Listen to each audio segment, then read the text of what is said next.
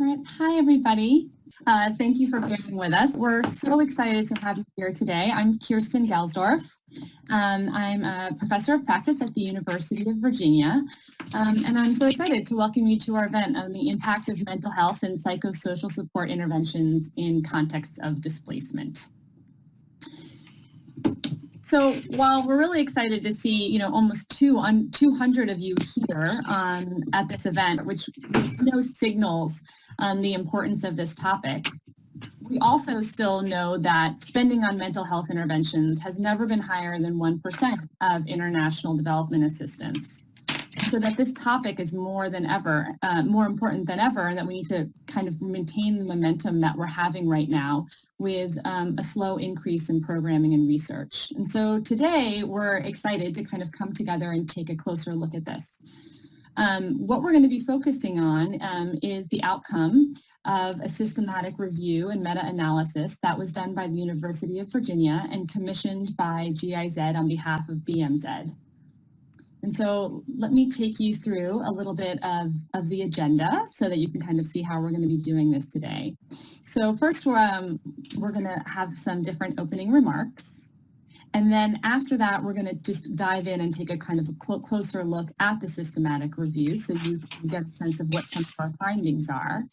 And then we're going to be diving into looking at the recommendations and implications for practitioners, policymakers, and researchers with our different panelists, and hopefully all of you using the chat, using the different chat functions. So one thing that we kind of wanted to say at the beginning was to kind of give you a sense of what we hope to achieve with this meeting. We hope that at the end of our hour and a half that you all walk out, having learned some new insights and thinking differently maybe about how you can do programming, research, and funding in this critical area. And for us, we're still in the process of going to be finalizing our different reports and briefing materials. And so what we hope to do is gather insights from all of you throughout the next hour and a half that we can also use. So in order to do that, let me give you a couple of technical details. First, the meeting is going to be recorded so that we can go back and gather all of the information. Second, we're going to be using the chat function to kind of gather your input. So please go ahead when we'll have 3 different time periods in the meeting. We're going to be asking you a specific question. And if you can just post and set your posting to everyone so that we can all see it. And third, just to indicate that the cameras are only going to be used for the individuals that are speaking since there are so many of us. So let me begin. I think we'll move right to the opening, and I'm going to introduce Alena. Alena Mehlau is an MHPSS advisor for GIZ's regional project on psychosocial support for Syrian and Iraqi refugees and IDPs, and is responsible for GIZ's MHPSS activities in Lebanon. And Alena's going to give us an opening and tell us a little bit about how this study came into being. Thank you, Kirsten, and hello to everyone. It's really great to see you all here, and sorry for the little hiccups at the beginning. So I want to give you just a brief introduction into why we are here today and how this study came into being. So as you all know, MHPSS as a field spans an incredibly broad range of activities, right? And the good news is that there's already very good and solid evidence for the effectiveness of the treatment of mental illness through medication or psychotherapy. But the challenge is that we know much less about the impact of psychosocial activities, such as peer groups to foster nourishing relationships or skills trainings that improve coping skills within families, for example. And we know even less about how well it works when we provide basic services in a way that they are informed by MHPSS principles. For instance, by providing shelter in a way that it really respects people's dignity. And this knowledge gap is critical because it is those psychosocial activities that actually form the largest part of MHPSS programming, and not this clinical treatment of mental illness. And therefore, BMZ, through our GIZ regional project, Psychosocial Support for Syrian and Iraqi Refugees and IDPs, commissions this systematic review and meta-analysis to highlight what we already know about the effectiveness of psychosocial interventions, and to determine also what we still need to find out. And the big added value, right, of a systematic review is that it really summarizes all the relevant findings of different individual studies to present the state of the art of a field of research. And the team of the University of Virginia, working for 1 year on this systematic review, went really through thousands of scientific articles, many reports from humanitarian and development organizations, and they looked at any type of psychosocial intervention that was provided to persons affected by displacement anywhere in the world. And they ended up with the information from 162 studies and reports. Most of them were conducted either in North America or in the Middle East. And remarkably, a subset of studies even allowed the team to calculate, using techniques from statistics, a meta-analysis that provides us with numerical estimates for the effectiveness across different interventions. And without ruining the suspense, I want to share one insight with you that really meant, an eye-opener to me. And this is that, yes, indeed, we really have to pinpoint the effectiveness of our interventions to ensure that we act responsibly and in the best interest of the persons we want to support. However, I believe what will really change the way of working in our field is a better understanding of those complex reasons explaining why one activity actually improves well-being or social connections in a given setting, and a different activity does not. Throughout the past year, working on this systematic review and meta-analysis, we have realized that the methods we use to track our impact and to understand those reasons are not always a good fit. And to address this, University of Virginia has come up with many ideas that we want to discuss with you today. I believe that this event today can create a real momentum for the field to understand every psychosocial intervention, every MHPSS activity as a unique opportunity to learn and to move forward. The big task ahead is that while increasing comparability across different interventions and different settings, which is what the systematic review was looking at, we still need to do justice to those unique human interactions that are essentially at the heart of MHPSS and that constitute the adventure and also the complexity of our work.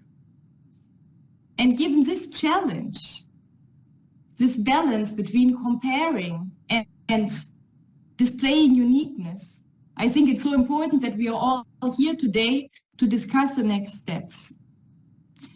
And now I really don't want to deprive you any longer from diving deeper into the findings of the review. Thank you. Back over to you, Kirsten. Thank you, Alena. Before we get to those findings, I'm really honored that we have Elke Löbel with us today. So I'm going to pass over to her next.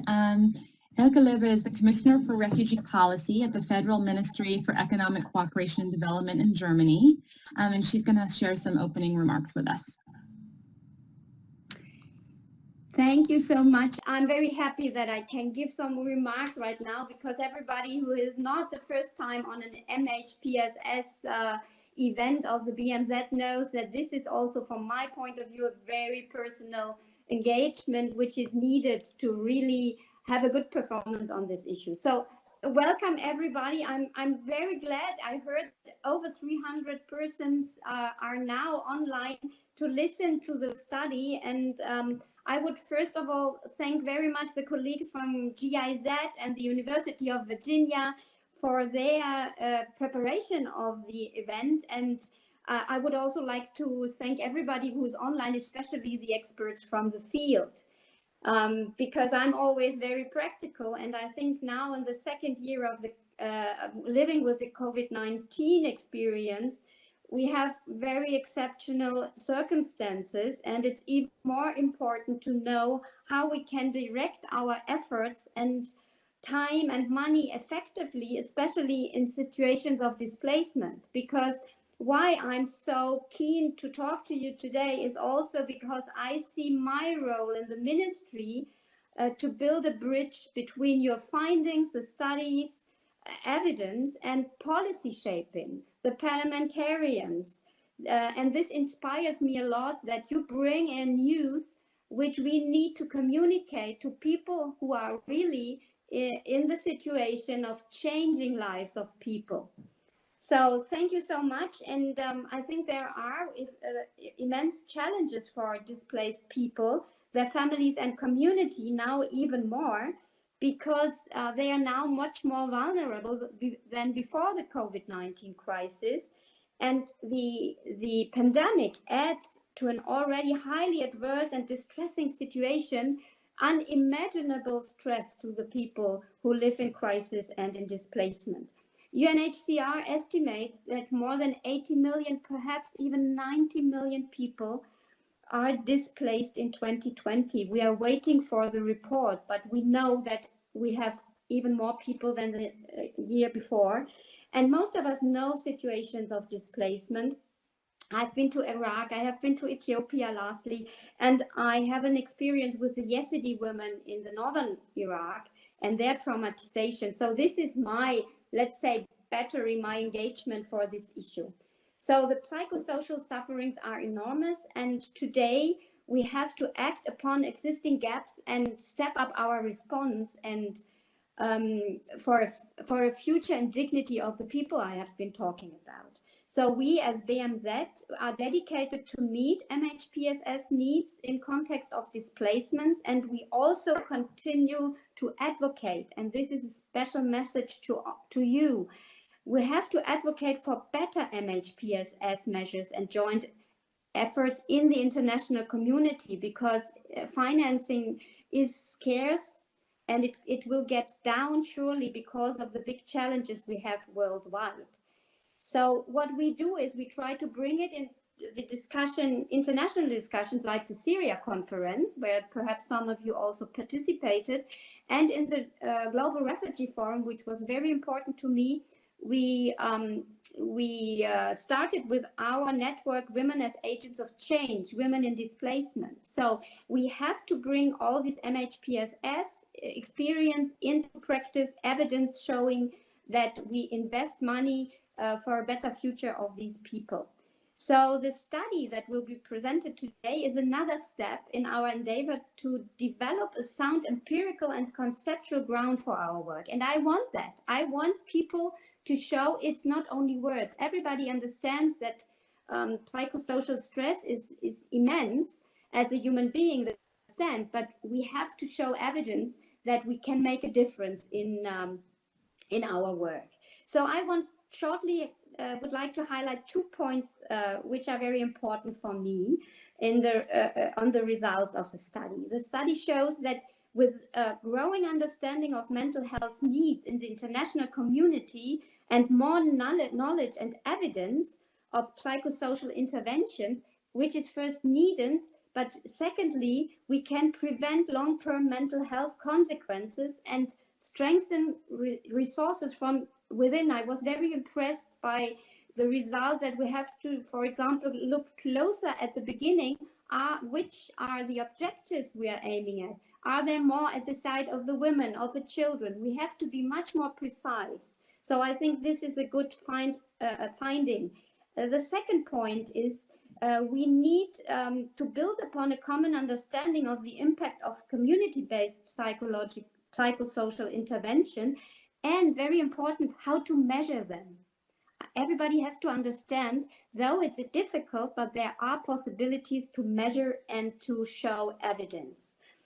I think while we all agree that MHPSS is of vital importance in crisis situations, we need detailed and precise knowledge how well psychosocial interventions work and where, when, and for whom they work best. This could be totally different from Iraq and Ethiopia, but we have to show that, and we have to start to think about it at the beginning of a project.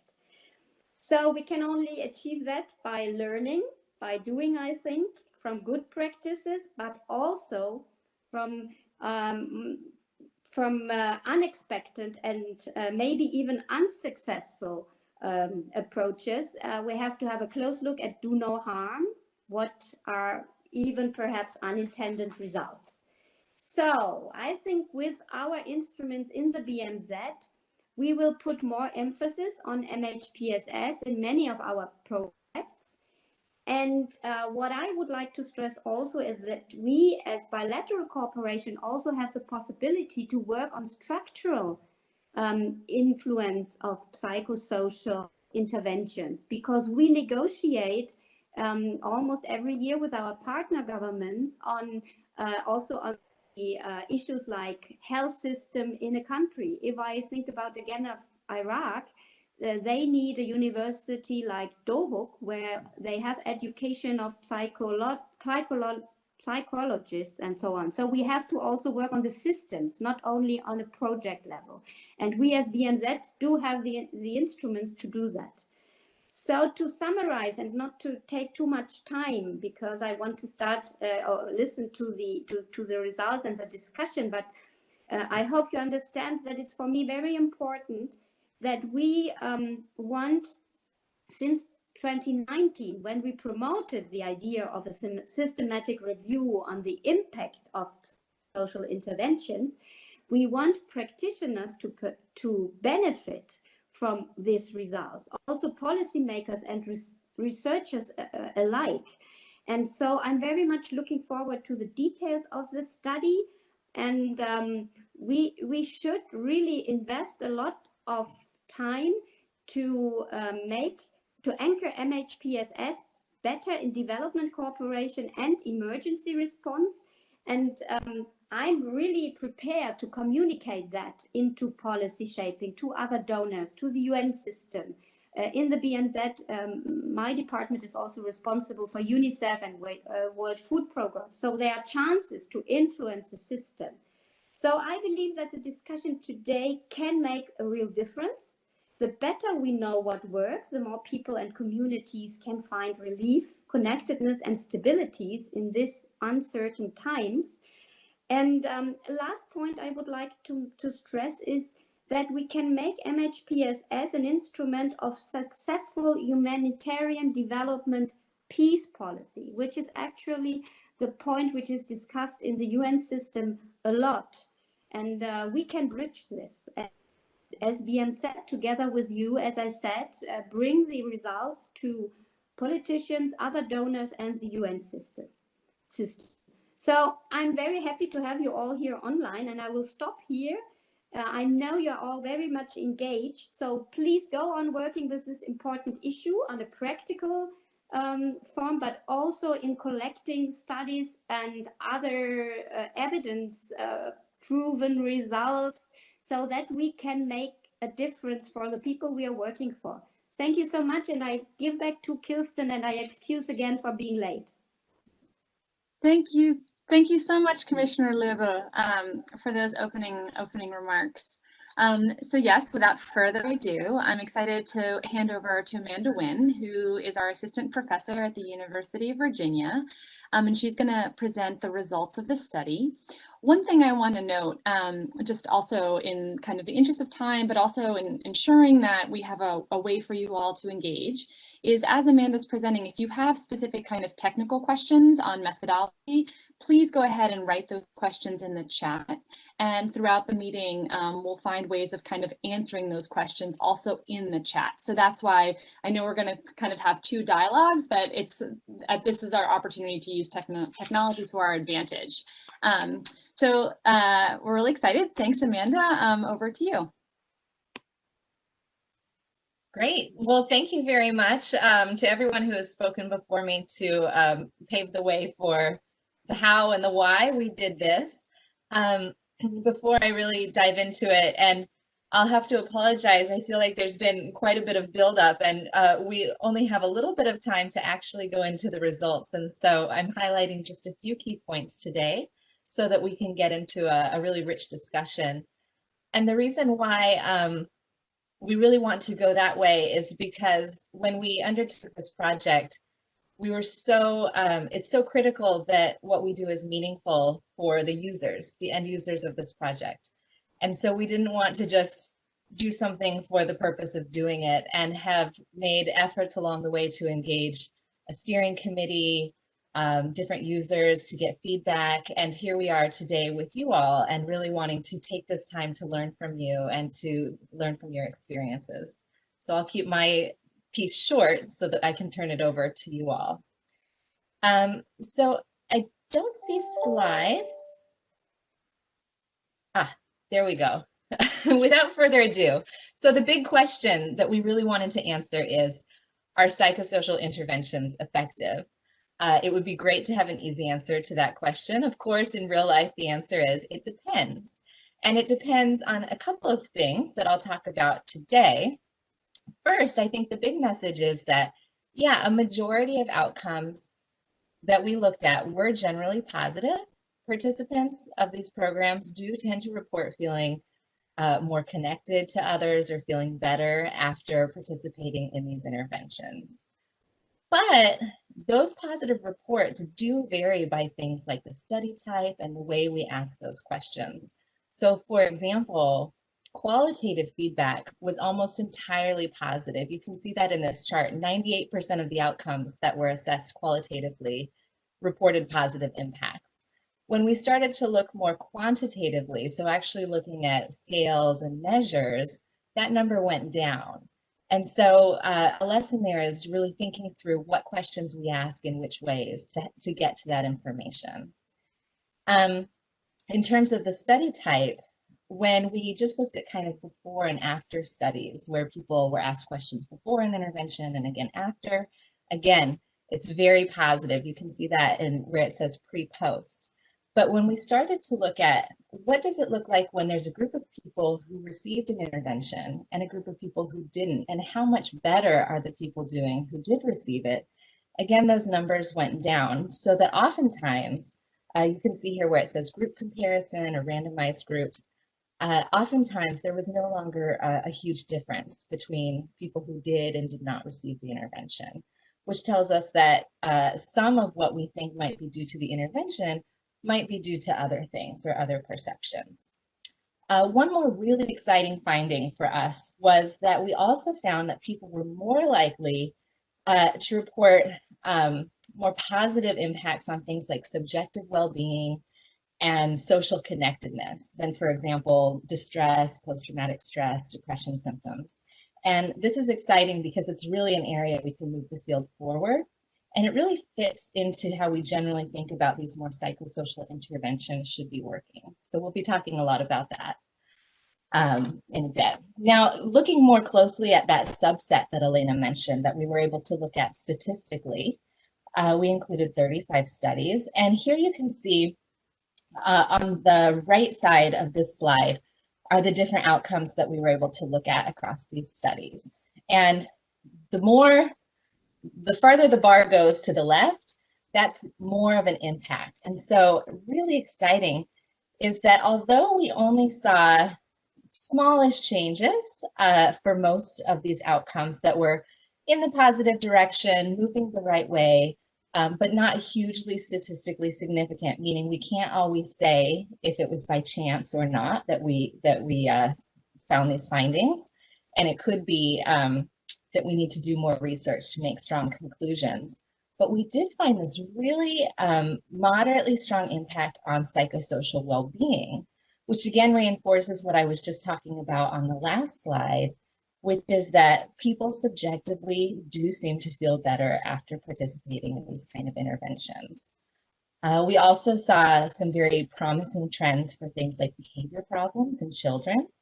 And also meaning, for example, that kids who participate in these interventions afterward feel less disruptive, have less aggressive behavior problems, for example. And we found some promising trends for symptoms of depression and symptoms of anxiety, which are what we often measure in these programs.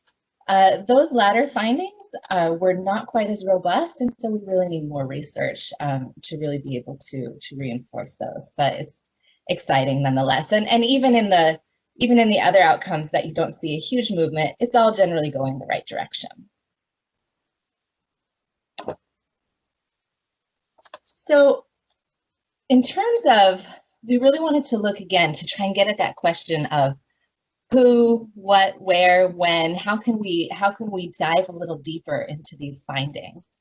Very few interventions that we found studies on were tailored to specific groups of people. So for example, in terms of age or gender, 18% of the studies were specifically targeted to women and girls, only 2% for men and boys, and most of the studies were served to anyone regardless of gender.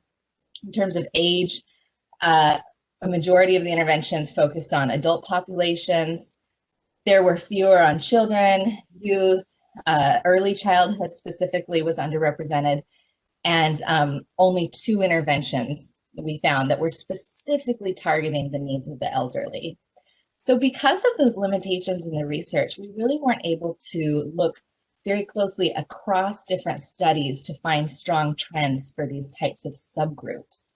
However, it can be really important to do that because when we do look at it, we sometimes see evidence of different effects by these kinds of subgroups. So although we couldn't find a lot of evidence across studies, there are some studies that look within a single study and say, for example, report results separately for boys versus girls or older kids versus younger kids, men versus women. And when we did read into those studies further, we started to see some trends around findings there.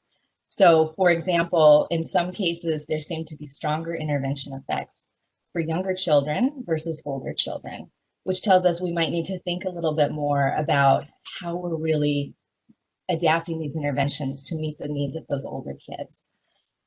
Same thing, for example, there were some signs that the same intervention might be working better for girls than for boys, or even might be working differently for girls versus boys, so impacting different outcomes, which might suggest some kind of different process going on.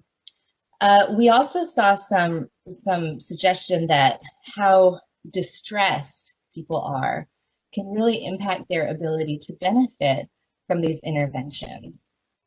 So for example, an intervention may be more or less helpful depending on whether the participants are having a lot of problems at the beginning and how closely the intervention activities are really seeking to support those problems rather than kind of more holistic well-being, positive development. So again, needing to think through how we're mapping these intervention activities onto the needs and how needs might differ.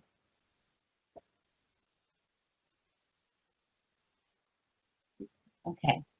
And the last little piece of findings is that we wanted to know what we couldn't learn. So what's next on our agenda? We really wanted to understand more about negative or unanticipated impacts. Not even always just negative, but things that just happen that we didn't expect to see in these programs. For example, what were surprising changes in feelings or behaviors that we observed but didn't expect to see.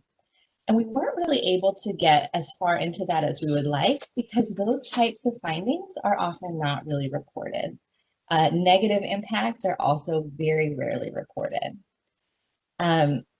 We wanted to learn a lot about implementation as well. I think there's a lot of discussion that we've kind of moved into the realm of not just what works, but how does it work and how can we make it work and how can we deliver it in different ways. Many papers had gaps in reporting about implementation, which makes it hard to know, for example, if you see an intervention that you would expect to be very strong and it's not, is it because it just didn't work because the activities are just not right? Or is it something else like, for example, low attendance of participants, or maybe there was need for more training of the implementers or something like that, where we need to be able to get better at separating out what is the contribution of the intervention components themselves, and what's the contribution of the way it's being delivered, the way it's being taken up. So, and then the last point that we really wanted to look at as well was something like that broader, kind of broader contextual influences, the living context. So for example, does the level of discrimination versus integration into a host community impact the ability to benefit from these interventions? What we found there is that papers, it's an area we're good at, really contextualizing the situation in which these interventions are delivered. And so there's oftentimes a really rich description of the context, but it tends to be described very specifically to that study and not in a way that's easy for us to take and kind of standardize and understand so that we can compare across studies. So we weren't really able to get into as much as we would have liked to about that.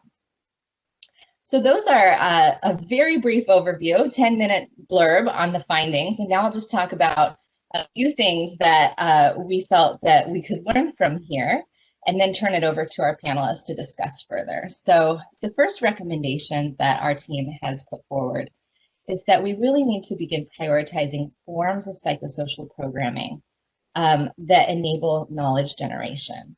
So for example, encouraging programming that describes that intervention rationale. I talked about this earlier. It's really important that we understand how an intervention is thought to work and we communicate that information, because that helps us make all sorts of decisions about who the intervention should be offered to, how it should be delivered, what types of outcomes should be evaluated, what unexpected outcomes maybe could happen that we should look for example, and where we might be able to adapt pieces of this program. We need to get better at really saying some of these things explicitly in the field.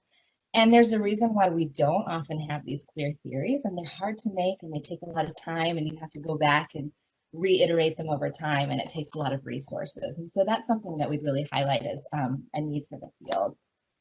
Additionally, we're a young field, and so a lot of the reports that we found were kind of intervention development reports or pilot studies, small. And so it's not surprising we don't often see the most robust findings from those. And what we need to be able to do is move these promising studies forward into full, large-scale effectiveness studies so that we can get more robust evidence. So again, and then replicating them across different settings, because what if Iraq does have some different influences than Ethiopia, and we can't just assume that what worked one place is going to work the next. So really putting more resources into things like replication studies. Encouraging reporting of negative and unintended effects. I mentioned that those weren't often reported, and it's not surprising because first, if we don't really know or state clearly what we think the intervention is going to do, we might not know what would be unexpected.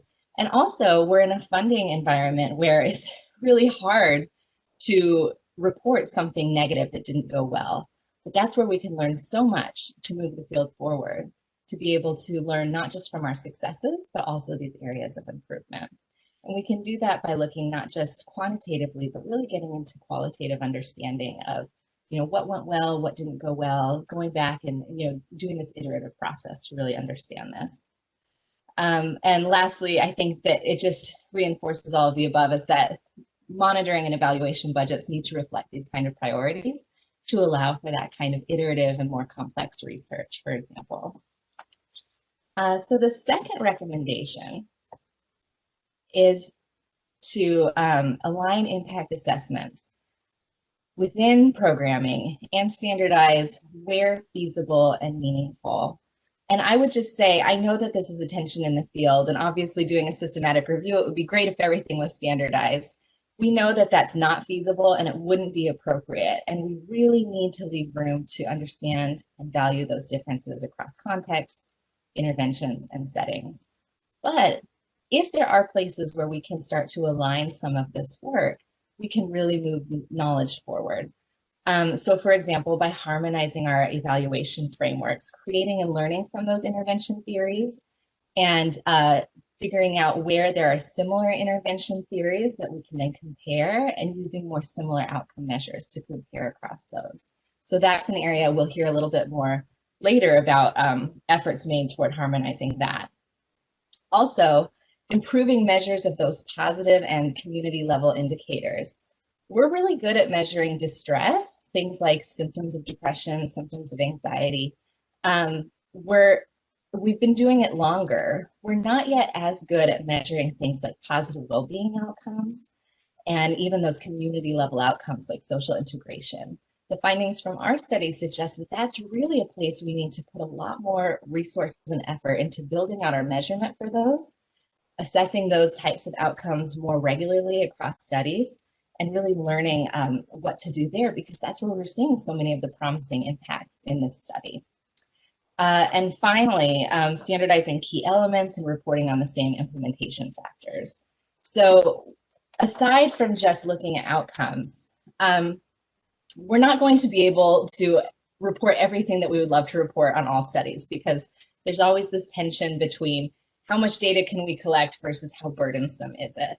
But if we can identify a few key things in the realm of population characteristics, implementation characteristics, other kinds of domains of interest, and say, okay, we should always be reporting these 10 things and really getting those standardized, that would really help us to combine evidence across studies. And that would, again, help us to move that information forward and knowledge learning forward. And in the last few minutes, I'll just talk about one more recommendation, which, again, comes straight out of our findings, which is that we really need to move beyond this one-size-fits-all approach and start taking that more granular precision approach to intervention development and testing. And that starts all the way when we start to develop those theories of how the intervention is going to work at the beginning, is to anticipate that there probably are going to be different needs across subgroups, and then think through how we are building those potential different needs into our intervention. That means things like understanding different subgroup experiences in relation to their displacement stories, their social expectations, how they make sense of their experiences, how they express their discomfort, and then thinking through, okay, what's going to help group 1 versus group 2?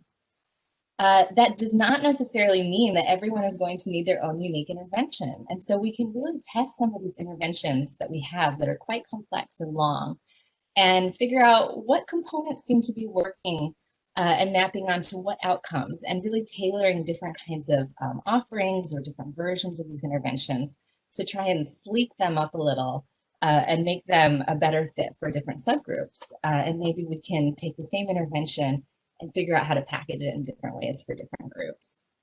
And finally, as we're thinking through these different needs that subgroups may have, it's good to know where there are these differences. And then we can't stop there. The next step is to figure out why we saw those differences, develop those hypotheses, go back and test them, and really start to test our models and refine our models to figure out, okay, we saw this difference here, and we figured out it was because of this, and so we can do this to map onto it. So I think I'm just going to stop with that and turn it over to the panelists because they have a lot of thoughts on all of these issues as well, and we're just really eager to learn from them. So go ahead and put questions. We'll try and comment on questions in the chat, but otherwise we'll turn it over to the rest of the folks. Thank you. Thanks so much, Amanda. Yes, as Amanda said, if you have kind of technical questions or unclear about some of the methodology or design, please go ahead and type that into the chat, and we're going to do our best to try to answer those in real time. So all of you can see them, the questions, and all of you can see the answers. But now we are going to move into the next phase of this meeting, which is to really try to kind of dive more into the recommendations that Amanda gave us. And to do that, we're really lucky that we have two incredible experts with us. The first is Felicity Brown, who's a senior researcher for the Middle East from War Child Holland. And the second is Peter Ventevogel, who is a senior mental health officer from UNHCR. So I'm going to be kind of running through with them each of the three recommendations and asking some more specific questions. But we also kind of still want to have a chance to hear from all of you. So after each recommendation, we'll also be posting a question for you to also answer into the chat. Because like I said at the beginning of the meeting, we have these two objectives today. You know, one is that you walk out with kind of new insights that can hopefully impact the way that you do policy and practice. And the second is that we gain insights from you all on these different recommendation areas so that we can actually add those into the briefing materials that will be distributed widely on this study. All right, so let me dive into our first recommendation. As Amanda talked about with the first recommendation, you know, one insight is that we really need to think about doing PSS in a way that it fosters knowledge generation. And, you know, one thing that we found is, and, you know, this is probably not only specific to MHPSS interventions, but one glaring gap that we found is that the lack of reporting on unexpected outcomes and negative findings, and that's an area that we do need to understand better. So I'm going to start with Peter and ask you, so, you know, what can we learn from this study for our future reporting on negative and unanticipated findings? And what are some of your kind of concrete suggestions to the field to really kind of shift mindset in how we do this? Thank you very much. Can you hear me loud and clear? Yes. Yeah, okay, great. So first of all, big thanks to BMZ for commissioning this really important review and for Amanda for doing it so well. It really is important. We have seen many reviews, but and we know MHPSS, mental health and psychosocial support, is, or I should say was, often forgotten. It's a bit better now, but within that field there are also aspects that are less often highlighted. And much research, as Amanda already said, focuses on the more clinical outcomes, and this report really sheds light on the psychosocial outcomes. So really thank you very much. Now, yeah, the report shows us that we do know a lot, quite a lot actually, but also points out there is even more that we still do not know, and that's not unusual, but it still is important. And I want to stress one thing here, and that is that negative findings or unexpected findings are in fact as important and exciting as positive ones. There are certain things we know now that if you do certain intervention, brief psychological intervention for depression with women in a refugee setting, it works. We know that now. But it's much more interesting now for me to know for whom it then does not work and why that is. And we all, I think, implementers, researchers, donors, we do not usually focus on that. We get excited by what goes well and we all zoom into that. But I think, in my view, we need to foster a culture together where we really can be open about what works and what does not work and learn from it. And yeah, that means we should not shy away from sharing things that went differently. So I think donors, funding agencies, including my own UNHCR, should also explicitly request reporting on anticipated and negative effects. That's my first point. My second point is that we need to look critically at what we measure, at the outcome measures we use, because too often still, research and outcome and let's say evaluations measure a reduction of symptoms of illness, which is good, which is important, but that's not really what many of the community-based interventions in MHPSS are really all about. So I think it's important that we have outcome measures related to social connectedness, to mutual support, to feelings of self-efficacy and hope, etc. And I think that needs really attention. And that also means we may have to look at locally defined outcomes. And to give one example, I worked in Burundi in the Great Lakes area. And for example, a measure there of social connectedness and trust is if neighbors drink beer together from one pot, or if they greet each other in a profound way. Those are indicators that you cannot generalize, but they are very important and salient for the people that it affects. So those are outcome measures we should include. Third point, we need also not only to look at what we measure, which I just said, but also at how we measure outcomes. And I think there is a little bit of an over-reliance on quantitative research. And it's very important, no doubt about it, but I feel that qualitative outcome measures are often then second thought. If you don't have enough money, then you do some focus group discussions and then you find something and it's always positive. That's not really the good qualitative research that I want. And it's a bit, if I may try my German, it's a bit the old difference between erklären und verstehen. And I think it's important that we really try to understand deeply what matters to people and what is a salient change. So to summarize, one, we should not be afraid of negative or unexpected outcomes. We should really critically evaluate what we measure and if it fits the interventions that we designed. And thirdly, we need really to strengthen the different ways of measuring things. So that was what I would like to share. Over. Thank you, Peter.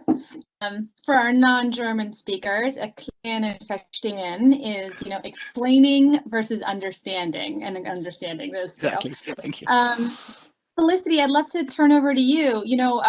Based on what Peter mentioned, right? How can organizations like yours also be, supported in improving impact measurement? Yeah, great, and thank you for having me on this panel.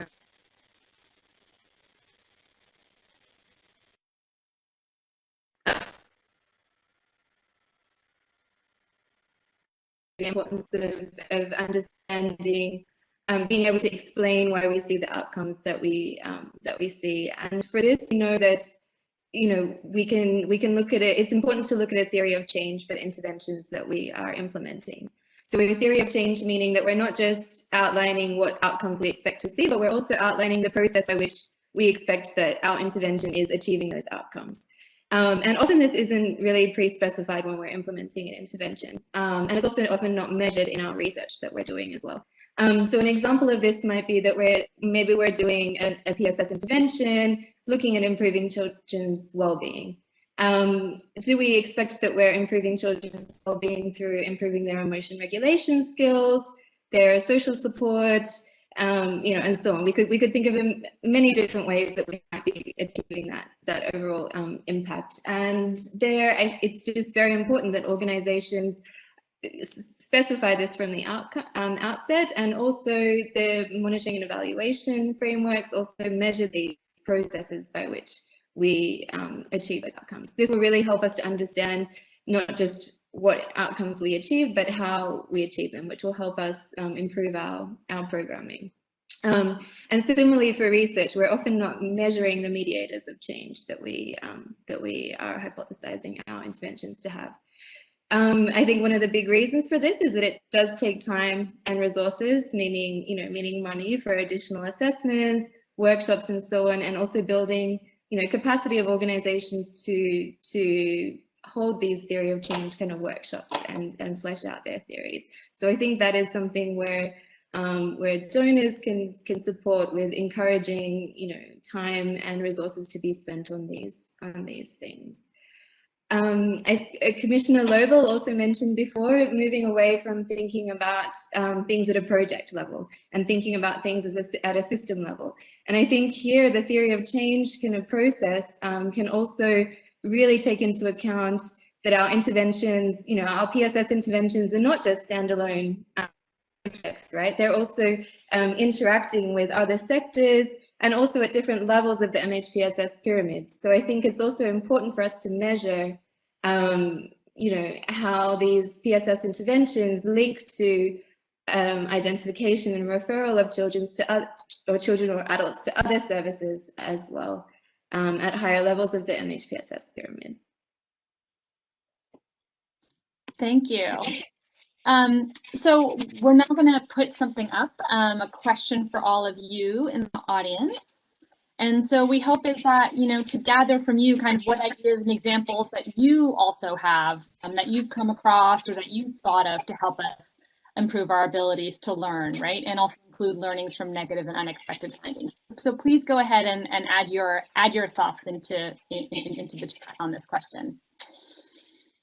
And then moving into the kind of the second recommendation, right, which was around coordinating research for M&E and standardization. I want to first hand over back to Felicity, and kind of, the question here is a lot about balance, right? So how, Felicity, do you think we can best find a balance between standardizing what's necessary, but also still capturing the specificities of the unique context we work in? It also sounds like there's a little bit of feedback, so maybe if people can just check their mute buttons as well. So over to you, Felicity. Great. So, and I saw a comment in the chat before about a question, sorry, about the cultural adaptation of measures, and I think that's we know that it's not exactly the same outcome measures across sites and across studies, given that we know that there's different cultural and contextual factors influence how best we should measure outcomes. But the more that we can standardize the outcomes we measure and the tools that we use, the more we can compare across studies and pull data across studies to further, answer some of the questions that Amanda's team had hoped to answer from this review, and also, enhance our understanding of our impact as a field. But, I do think it's possible to select common outcomes that we would like to measure across all of the work that we do. And this would be a helpful start to ensure that, different studies and different program evaluations are at least kind of agreeing and measuring on some common outcomes using a similar kind of tool. In terms of standardizing the tools that we use, it's possible to standardize some key outcome tools that we use, as well as allowing for contextual and cultural adaptations to that tool.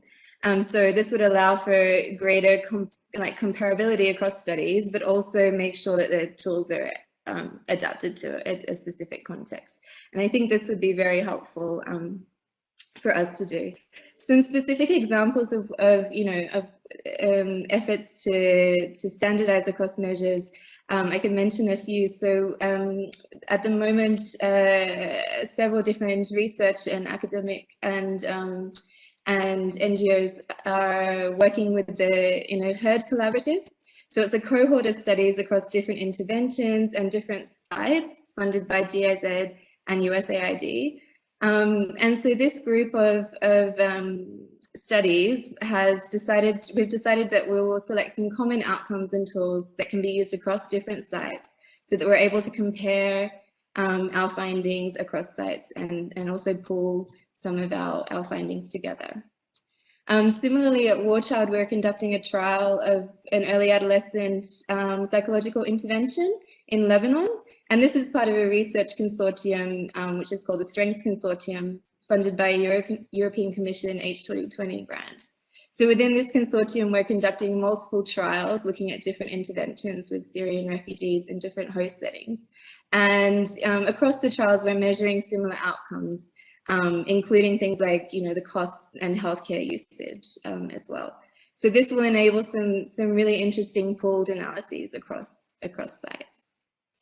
Another example Another example is Mark Jordan's and Ventevogel and colleagues have conducted a series of evaluations of a classroom-based PSS intervention across multiple sites. And so by collecting the common outcomes across these sites, it has allowed for comparability across the programs. And Mariana Pagato and colleagues published a study where they were able to look at the trajectories of children in the control groups, actually, to look at what natural recovery was like on these common outcomes across each of those sites in different low and middle income countries.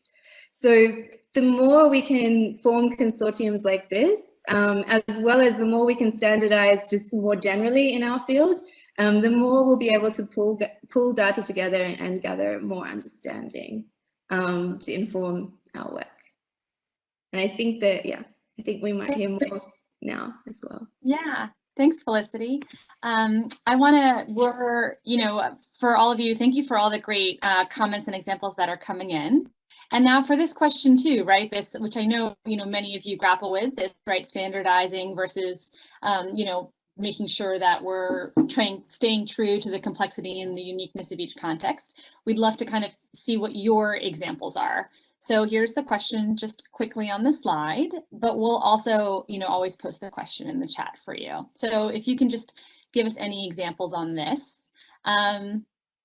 And while we're doing that, we wanted to kind of call into one other example from another participant today, and that's Brandon Gray, and he's going to talk to us a little bit about the example of the Interagency Standing Committee M&E framework, which I'm sure many of you are familiar with. Brandon's a specialist in mental health unit at the World Health Organization. So, Brandon, and the guiding framework is going to be that's going to be soon released. Like, how did you navigate this challenge? Thank you very much. Thank you, everyone, for this opportunity to talk with you all today. I think this is a key question, right? It's a key balance of striking the balance between being precise enough to ensure some kind of uniformity or consensus, while also being flexible enough to be adaptable to context or setting. So I think for the ISE Common M&E framework, there were some key ingredients for this. One was really a guiding set of principles or overall outcomes or goals that can be seen as more overarching. And the ISE, fortunately, we didn't have to start from scratch with this. The ISE guidelines on MHPSS and emergency settings were really a fallback, and set out some guiding principles, some common approaches. And so from there, it was easy to sort of distill some goals that could be seen and some outcomes that are more consensus-based and can be seen as applicable across many settings. I think another essential piece was having a diverse set of voices inputting into the framework all along the way. So, of course, there was a core set of pen holders, if you will, but the goal we really had there was to try to facilitate the process and not to dictate it. And I think the beauty of the ISE reference group for MHPSS model in developing guidance is, it's a unique collaboration of many NGOs, UN actors, international agencies, and academic partners kind of working together to sort of try to come to a consensus on best practices. So, when suggestions are made in terms of this framework, we tried our best to incorporate things where possible and engage in bilateral conversations to reach compromises when necessary. So, ultimately, controversial decisions were really consensus-based as much as possible. And so that process, I think, was key to coming to something that was diverse and inclusive of different perspectives, but also more consensus-based. And then I guess the last piece I would say is what's really key for the ISE M&E framework, I think, was trying to build something that was a framework and not a how-to guide. And I mean, not to criticize something that's very specific or gives stepwise approaches, but I think in our guidance, what was very important was to try to consider the nuances, but to not be so focused and precise that it wasn't flexible or adaptable to different settings, and to really think about instead creating this outline or framework of some of the most common aspects of M&E that could be relevant for MHPSS program, and to try to build a framework and tool around that. I think there were some other common elements that were helpful, but for time, I'll stop there. Thank you very much. Back over to you. Thank you so much, Brandon. I'm going to move into our last recommendation, but please feel free to continue to contribute any other ideas that you have on things that you've seen that have done a good job kind of doing this balancing act between standardization and context complexity. So our last recommendation that Amanda kind of talked about was, that we need to develop more differential group-specific interventions and to analyze the reasons like why these interventions function differently for different subgroups of people. So I'm going to ask Peter if he can give us some insights. Catering to specific groups makes it often more difficult to kind of scale up and reach huge numbers of people. So how can we kind of reach out to many people, but still also kind of take differences into account? Yeah, thank you very much. If I can quickly react to what Brandon just said about the interagency framework for monitoring. I think it's really a breakthrough, and it helps us, at least in my organization, it helps us to choose at least some indicators that are, let's say, universal, so that are used in other programs, so we can compare. But it doesn't mean we only use such indicators. So we probably need to combine context-specific indicators with some of the more universal indicators, and then it's very helpful that we have a kind of homework done already about which those indicators could be. So that's actually the thing I wanted to say about that. But that was not your question now, Kirsten. You actually asked me about scaling up for different groups. And well, I first have to say is that most of the information we have and also most of the programs we do are for adult women. There are very good reasons for that. The needs in that group are really high. They're often in difficult social positions, and also practically women are usually more receptive to the kind of interventions that MHPSS offers. But I think the time now is right to think broader. The field is solid enough to be broader, to think about how to include older people, men, adolescents and youth, etc.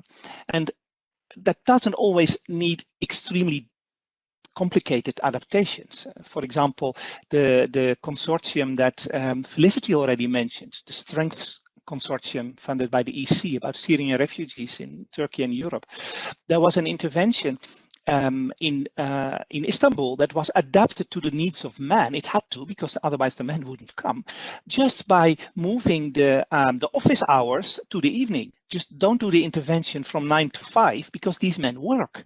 So do it in the evenings, do it in a weekend time, offer ways to facilitate that people can come to the intervention. So sometimes we need to think of very practical interventions to make it more attractive for everyone. Then the second thing is a bit more fundamental. I think Amanda already mentioned it in her review. Quite a lot of outcomes are still focusing on internalizing problems, feeling sad, feeling hopeless, anxious, etc. But there are many other outcomes as well. And I think particularly again in men, the problems, the psychosocial problems of men are more often expressed through symptoms like anger, irritability, sometimes violence, substance use, etc. So it also means that we need to tweak our interventions to speak the language that those participants or those potential participants speak. So that's my second point, and I think that really needs a kind of paradigm shift in the field, and I think the field is mature enough to do that. And then my last point, very brief, is that yes, we have a lot of research outcomes, but what we really need is implementation research at this stage. How can we have interventions that work, but how can we incorporate them in a system of care that is a routine system of care, and that probably needs different adaptations, because if you do things in a research setting, you have very different parameters that you deal with. I think for time I should leave it at this, but I'm very happy to continue the discussion in the chat. Over.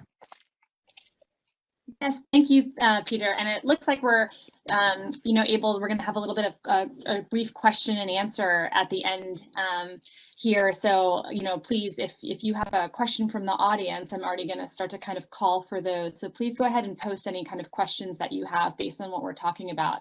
And we'll be able to take one of those and kind of hand it over to our panelists and Amanda to get their insights. But also on this question, I just wanted to turn it over to Felicity if you had anything else that you wanted to kind of add on this issue of subgroups. No, and I think it's I think it's very important also that we are conducting our needs assessment in a way that is also determining the needs across the whole of the community, rather than focusing specifically on subgroups that we might already kind of be hoping to target for various reasons, and ensuring that there's a process in place where we're also looking at which groups might not have a voice and might commonly be neglected or excluded from our programs as well. Great, thank you. So I'm hoping that some of you in the audience also have ideas about the subgroup issue. So we're going to post that question here in the chat. So please go ahead and answer if you have any other things that we can kind of address and think about. So we've done a good job on time, and so we'd love to kind of turn it over to you. I'm sure thoughts have come up for all of you during the presentation, and so if you have any kind of general questions, let's just please take a moment for you to share your thoughts in the chat function. And even if you don't have a specific question that you want to ask, if you just have other thoughts that you think that we should be aware of as we kind of finalize the study report and the briefing materials, if you have messages on this topic that you think need to get out to practitioners and policymakers and donors, we'd love to hear from you. So I'm just gonna take a moment and we'll have a little bit of silence for a second. And, please take a moment to think about everything you've heard and add your thoughts in there. It's such a rare opportunity to get 175 people to all be thinking about the same issue. So we're really excited to see what people have to share.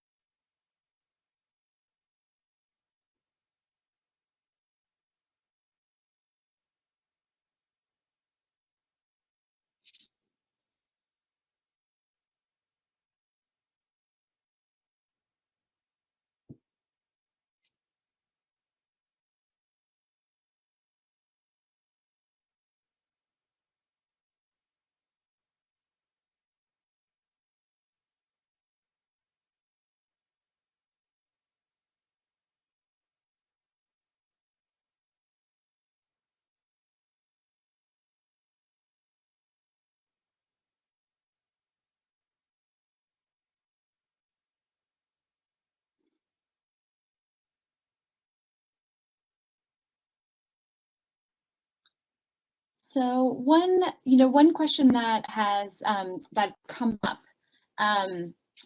in the course of this study that I'd kind of like to ask Amanda, which is if you could elaborate a little bit more on kind of the differences between treatment, right, and psychosocial. That's something that has come up before. Yeah. Tack on one more, because there was something interesting that just came in from Anna on the chat, which is, how do you make these interventions kind of more attractive for people, right? So if you want to reach a specific target group, so you can see the comment there. So if you had a few insights on that. Yeah, I'll answer the question about treatment, and then maybe turn it over to Felicity and some others who are more practitioners to answer that really important question about making things attractive. So for this project, we did look at, if you think about, Alena talked at the beginning about this range of what is mental health and psychosocial support, and it's everything from, offering basic services in ways that are consistent with principles of promoting dignity and support, all the way up to, psychiatric, psychotherapeutic treatment of disorder. For our project, we really wanted to look at the lower half of that continuum, so stopping before we get to treatment of disorder. And part of the reason of that is because there are fewer treatment interventions, and there seems to be more robust evidence already for their effectiveness. There's more kind of replication studies across contexts, and there have been reviews and meta-analyses that really show us more about where the effectiveness evidence is for those. And it's yet this kind of broader end of the spectrum that we do most of our programming, and we know a lot less about it. And so by kind of cutting the top little piece off, we were able to focus more on this broader end. However, I would just say that is super tricky. And it's a continuum on purpose. These things are not always very distinct. And so there are interventions that serve people who probably do have disorder and people who have kind of sub-threshold symptoms. And so, making these decisions and cutoffs, we went back to our steering committee quite a bit, and we made decisions by consensus where there was any sort of confusion there, and generally tried to be more inclusive. And so, there are some kind of getting close to treatment-like studies that are included, and it's a tricky cut point, I would say. Excellent, thank you. Felicity or Peter, do you have any last remarks for our last 2 minutes on any of the questions or anything that's come up? No, perhaps not. No, well, I do see it resonates. I get some private messages as well. I get it resonates the fact that we need to broaden the interventions and not just going for the main group of recipients that we usually have. So it is important, I think, to really focus on hard to reach groups as well, particularly men. That resonates strong with quite some people. And I think it is time to focus a bit more on that. And without doing less for women, we just need the field to be stronger in general. But maybe Felicity will say the same for children. Yes, I would also put in a plug for children. As Amanda mentioned, they're underrepresented in the research and also in spending and funding. But also just to add on the question that Anna had about them being attractive, people not engaging in interventions. I think this is a really, really important point, and it's coming back to these questions of implementation. So we are getting slightly better at looking at barriers for attendance in terms of physical barriers, financial barriers, and so on, but we often don't really look at how we can overcome issues of stigma, like where the intervention is held, how it's advertised, and so on. And I think, if we're looking at a theory of change and we're thinking about all of these implementation factors as well as just our outcomes, this will help us. This information is really essential to make sure that we're providing services that work, but also actually getting people along to these services as well. So I think more focus on these implementation is really, really essential. Thanks so much, Felicity. And thank you, everybody, for all the comments and the insights in the chat. And, please feel free to keep posting if things come up for you as we head into our closing remarks. And We're really honored also today to have with us Silvia Morgenroth, who's the head of BMZ's Special Initiative on Displacement, and she's going to share with us some closing reflections.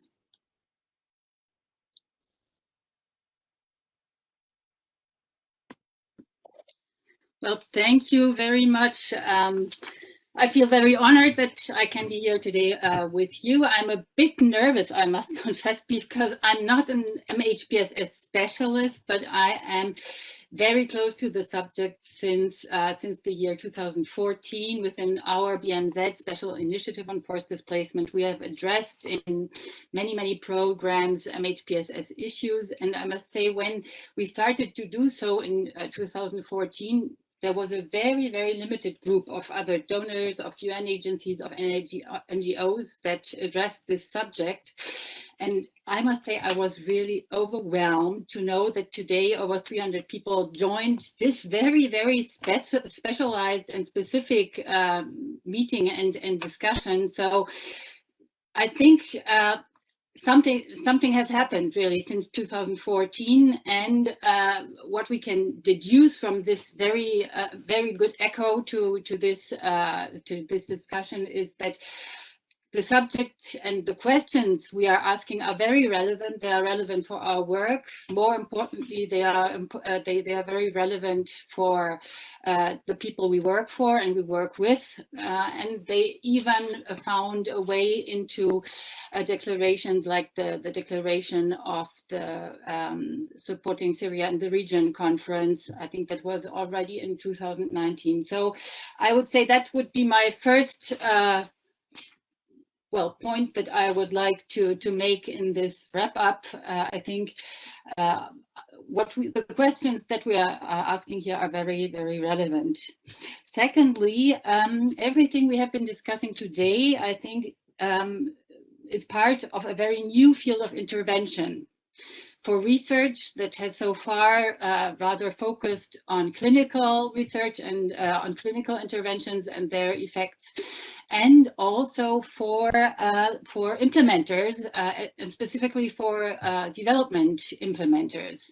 Because of course, humanitarian actors that come in directly in emergency forced displacement situations, they have experience with these situations. But at the same time, we all know that mental health issues cannot be dealt with emergency tools. So it's quite late that we as development actors came in, and it's quite new for us, and we are still learning with every project and program that we are implementing. So it is a new field of intervention, and what is very good in this new field of intervention is that all the three practitioners, politicians, and also researchers consider themselves as a part of a multidisciplinary learning systems. That's what I took from the discussions also. I think a system where our experiences in the field are as closely as possible reported, they are exchanged, they are analyzed, they are evaluated as in this study, and in the end, guidelines and frameworks are deduced that help us orient our work, and also policy and programs in these fields are adapted. So you have a whole learning cycle or learning system that is very important, I think, and exceptional and very promising also in this new field of intervention. Now, from the discussion, I also take that, and because we have a learning system, that measurement, impact evaluation are very important to all of us. And Kirsten, I think you labeled that very well. That the most challenging thing is to find a balance between a standardization or alignment of measurement that allows plausible deductions regarding the effectiveness of our interventions, and that allows for comparative cross-study analysis also, and on the other side to find context-specific and people, target group-specific interventions, but also measurements methods like the beers that have been drunk and so on. So it's very important to find a balance here. In doing so, we also need, I very much like this expression, a new culture of openness in reporting on what works, what does not work, what works for which group of people, what works in a specific context and what not. So that we can grasp also maybe the factors that are decisive for the effectiveness of our interventions. Amanda mentioned that there's not much knowledge so far about these factors that might positively or negatively influence our interventions. But through looking at them more closely in implementing, we might get a hint and then data that we can then evaluate on these factors also.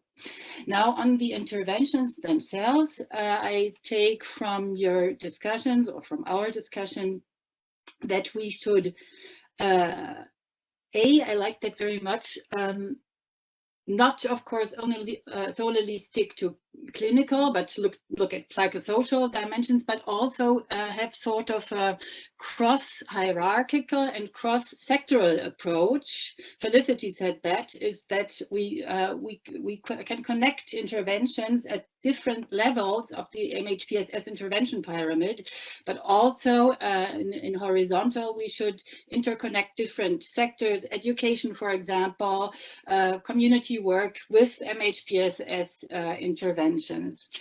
So that would be it for the interventions. And maybe the last point would be Amanda's first point, and that was the most promising part of your Amanda's presentation and research, is that the efforts go into the right direction. And that this holds particularly true for the psychological well-being and for the behavioral patterns and maybe problems and their resolvents of people affected.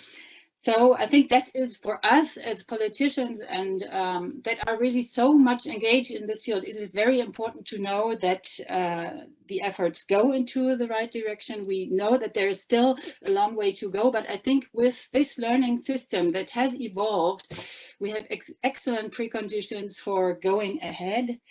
And for serving in the end these more than 80 million people, maybe even 90 million people that live in situations of forced displacement, and of which a high percentage is affected by problems regarding their psychical well-being.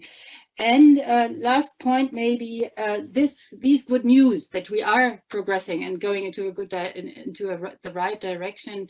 I think we really should feed it in, and there I get back to Elke Löbel's point, to our commissioner's point. We really should feed it in at all policy levels, but also in the international community to anchor it really, because it definitely is something that matters not only for the moment being and the psychical well-being of people in the next 2 years, but for a whole generation of people and for the rebuilding of societies altogether.